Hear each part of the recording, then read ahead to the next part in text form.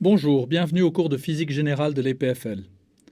Dans ce module, on va regarder le cas particulier de deux pendules couplées. On va regarder les petites oscillations de ces pendules. On va utiliser la méthode de Lagrange pour obtenir les équations du mouvement. Et on va chercher les modes propres et les fréquences propres de ce système. Alors voilà une image de ce système. Vous avez deux masses égales. Il y a une articulation ici, on va négliger la masse de la barre, on va supposer qu'on a des points matériels. Et puis on a une lame ici, une lame ressort qui définit le couplage entre les deux pendules. On va utiliser la méthode de Lagrange. On suppose que les deux pendules oscillent dans un plan horizontal. On a donc 2 degrés de liberté. Et on va prendre comme coordonnées les écarts. Ici, on a des petits angles et on peut prendre la coordonnée cartésienne qui représente l'oscillation de chacune des masses. On a donc une coordonnée x1 et x2.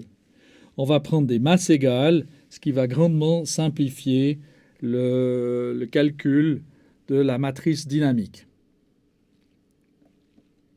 L'énergie cinétique, on peut immédiatement l'écrire avec les coordonnées cartésiennes. Et maintenant, pour l'énergie potentielle, si on introduit, par exemple, pour le pendule numéro 1 ici, un angle θ1, on a évidemment, si on prolonge ici, x1, mais on va prendre la limite quand θ1 tend vers 0, et là, on a un certain angle. Alors, on a l'habitude d'écrire l'énergie potentielle pour un pendule. C'est un terme comme ceci. Maintenant, on va prendre des petits angles. Donc, on va faire une approximation du cosinus. Et on doit aller chercher le deuxième ordre. On a un moins. Pour le cosinus, c'est 1 moins 1/2 de θ1 au carré. Avec le moins, ça devient un plus. Et si maintenant, on écrit que l'angle θ1, ça vaut x1 sur L, c'est une relation de trigonométrie toute simple qu'on a souvent utilisée, on peut écrire l'énergie potentielle et l'énergie cinétique avec la coordonnée θ1.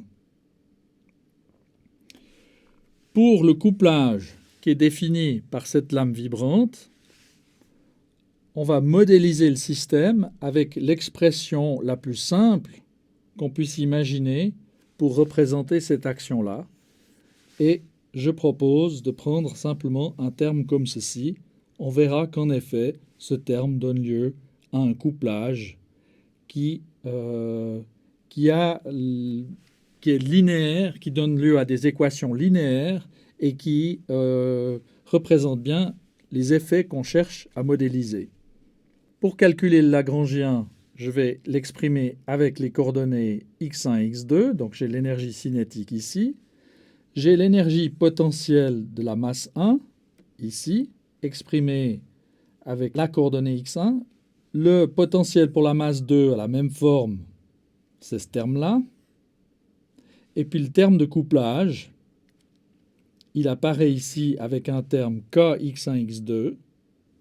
Le terme en x1 au carré, je l'ai regroupé avec le terme en mg, comme ceci, pour la particule 1 et pour la particule 2. Voilà mon Lagrangien pour un système à 2 degrés de liberté avec les coordonnées x1 et x2. Il s'agit maintenant de calculer les équations du mouvement en utilisant les équations de Lagrange. Alors, pour arriver, voilà le résultat. Pour y arriver, qu'est-ce qu'on doit faire? On doit calculer d de L sur d du x1, point. Alors on a évidemment un mx1 point ici. Et après, on doit faire la dérivée par rapport au temps. de d de L sur d de x1 point. Ça va évidemment nous donner mx1 point point, c'est très simple. On doit calculer d de L sur d de x1.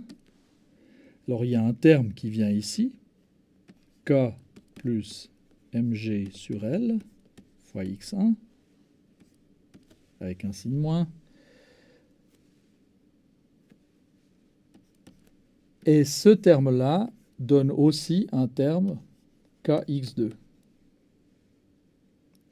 Maintenant, d sur dt de d de L sur d de xi point moins d de L sur d de xi égale 0. Ça, c'est l'équation de Lagrange. Donc, on a ce terme-là dérivé par rapport au temps, moins ce terme-là, qui est égal à 0. Et la même chose pour la coordonnée x2. Donc, on a ce terme-là.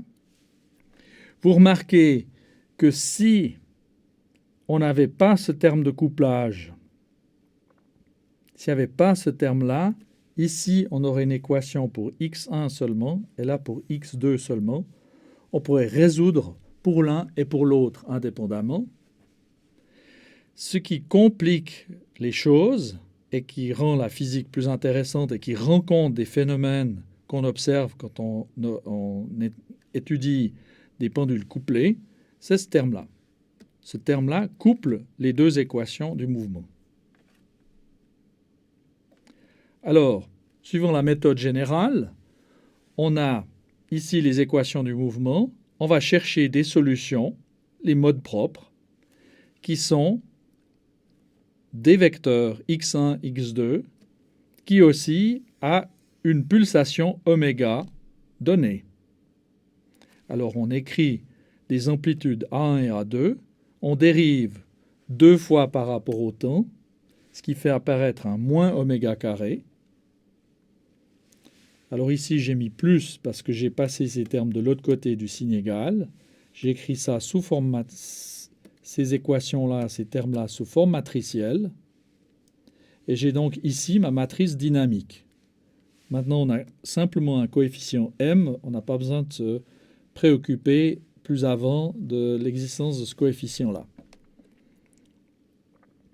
Je peux regrouper tous ces termes-là. Si je veux des solutions A1 et A2 non triviales, il faut que cette matrice-là ait un déterminant nul, ce qui donne l'équation caractéristique suivante. C'est ce terme fois ce terme, moins k carré, ce que je peux écrire comme ceci. On a le même terme ici et là. Ça, c'est du type a carré moins b carré. Je peux l'écrire a moins b fois a plus b. Ici, je vois apparaître les solutions. J'ai donc, si ce terme-là est nul, j'ai un oméga 1 qui vaut ces deux termes s'annulant. Il me reste simplement oméga égale plus ou moins racine de g sur L. Et ici, j'ai 2k. Donc, j'ai cette racine-là qui apparaît. Et encore une fois, on a un plus ou moins. On pourrait s'étonner d'avoir ici un terme qui dépend de k, mais là, un terme qui ne dépend pas de k. Quand on aura calculé les amplitudes A1 et A2, on comprendra mieux pourquoi un des modes ne dépend pas de k. Je réécris mon équation caractéristique. J'ai deux solutions. Si maintenant je prends oméga 1 dans cette équation-là, de la première équation ici, j'ai ce terme-là qui s'annule avec celui-là. Il me reste k fois A1 moins k fois A2 égale 0. Ça veut dire A1 égale A2. Donc mon vecteur propre associé à cette valeur propre, c'est 1, 1, qu'on pourrait normaliser si on voulait. Pour ce mode-là, si je mets oméga carré là-dedans, il me reste k moins 2k. Ça fait moins k. Donc maintenant, on a moins k fois A1, moins k fois A2, qui est nul. Ce que j'ai écrit ici. Ici, on a A1 qui vaut moins A2. A1 ou moins A2. Donc, on a des vecteurs propres comme ceci. Ça, c'est le vecteur propre associé à cette valeur propre. La solution générale, on peut l'écrire comme ceci. La solution générale pour x1 et x2, c'est une combinaison linéaire des modes propres avec la fréquence plus oméga 1 ou moins oméga 1 et le vecteur propre 1, 1. On a aussi plus oméga 2, moins oméga 2 avec le vecteur propre 1, moins 1. On veut des solutions réelles. Donc, il faut que toute cette expression-là donne x1 et x2 réels. Une façon de le faire, c'est de s'assurer de prendre pour A-1 le complexe conjugué de A1. Parce que là, on a déjà le complexe conjugué. Ces termes-là sont complexes conjugués l'un de l'autre. Si on assure aussi que A-1 soit le complexe conjugué de A1, à ce moment-là, on a des termes qui sont de l'ordre du type un nombre complexe plus son complexe conjugué. Ça fait 2 fois la partie réelle de ce nombre. Et ça, c'est réel. Donc, on va imposer cette règle-là sur les coefficients A1 et A-1 et A2 et A-2 pour assurer la réalité. On aurait aussi pu écrire x1, x2 explicitement avec des fonctions réelles en introduisant des phases, comme on l'avait fait pour l'oscillateur harmonique tout simple. On remarque que si je calcule x1 plus x2, ces termes s'annulent. Donc, il ne nous reste que des termes qui oscillent à la fréquence oméga 1. Donc, on voit apparaître cette idée qu'on a une coordonnée propre qui a une pulsation bien définie, oméga 1. De même, si on fait x1 moins x2, c'est ces termes-là qui s'annulent. Il reste cette contribution-là qui est à la fréquence oméga 2, ou la pulsation oméga 2, et la coordonnée propre x1 moins x2 à la pulsation oméga 2. Si maintenant on a un problème qui nous est donné avec des conditions initiales particulières, là je vous rappelle la solution générale avec ces conditions sur les coefficients. Si maintenant on nous donne la position à t égale 0 avec x1 0, x2 0, si je prends t égale 0 là-dedans, j'ai des 1, il me reste ces termes-là. Et pour trouver les coefficients, je peux simplement multiplier cette équation-là, multiplier au sens du produit scalaire, avec une fois le vecteur 1, 1 et une fois avec le vecteur 1, moins 1. Ce que j'ai noté ici, 1, 1, produit scalaire avec l'équation. Ça vous donne x1 de 0 plus x2 de 0 qui vaut A1 plus A moins 1 fois 2. C'est le produit scalaire de 1, 1 avec 1, 1, ça fait 2. Si je fais le produit scalaire avec 1 moins 1, je mets 1 moins 1 ici, produit scalaire. Je fais le même produit scalaire partout. Peut-être il faut faire comme ça. Je fais agir le produit scalaire là-dessus, là-dessus, là-dessus. J'ai cette relation-là. Si maintenant j'ai une condition initiale sur les vitesses, alors il faut dériver cette expression-là par rapport au temps. Ça fait apparaître un i oméga 1 ici, moins i oméga 1 là, i oméga 2, moins i oméga 2. Vous prenez ensuite t égale 0, les exponentielles disparaissent. Il vous reste ces termes-là. Et pour résoudre, on multiplie par le vecteur 1, 1 ou le vecteur 1, moins 1.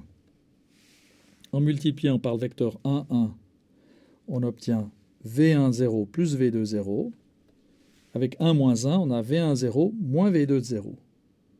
Et là, on a nos 4 équations pour nos 4 inconnus. Et on peut déterminer le mouvement pour ces conditions initiales particulières.